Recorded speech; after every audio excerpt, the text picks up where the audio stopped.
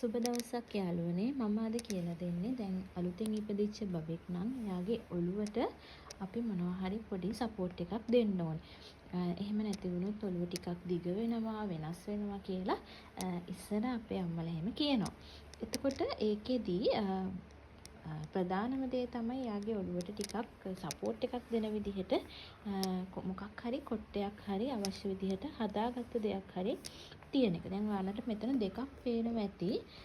එකක් තමයි මම මේ බේබි නැපි එකක් කරකවලා හදාගත්ත ඔළුවට සපෝට් කරන්න පුළුවන් විදිහට හදාගත්ත දෙයක්.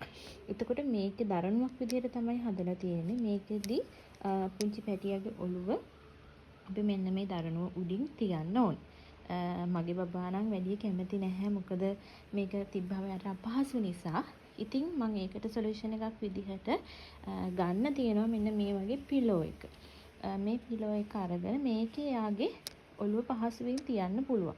ඇත්තටම ඉස්සර කාලෙදී ගොඩක් වෙලාවට මෙන්න මේ ක්‍රමය තමයි පාවිච්චි කරලා තියෙන්නේ. මේක දැනුත් මම පාවිච්චි කරනවා. නමුත් එයා වැඩි ඉන්න අකමැති නිසා මම මේ පිලෝ එක යූස් කරන්න හිතුවා.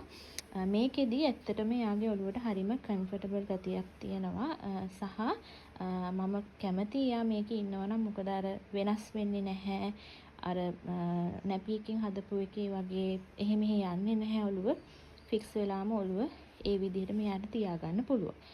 හැබැයි දැන් මේ වගේ පිලෝ එකක් යූස් කරනවා නම් යාළුවනේ පොඩි ප්‍රශ්නයක් තියෙනවා.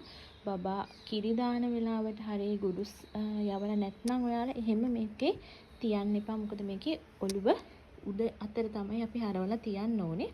උඩ අතට ඔළුව තියෙනකොට එයා කිරි දැම්මොත් හරි මොන හරි වුණොත් එයාට ගිලෙන්න පුළුවන්. ඒ නිසා බබා හොඳට ගුඩුස් යවලා ඒ වැඩ කටයුතු ඉවර කරලා තමයි එයාගේ ඔළුව උඩට එන විදිහට අපි මේකෙදි තියන්න ඕනේ.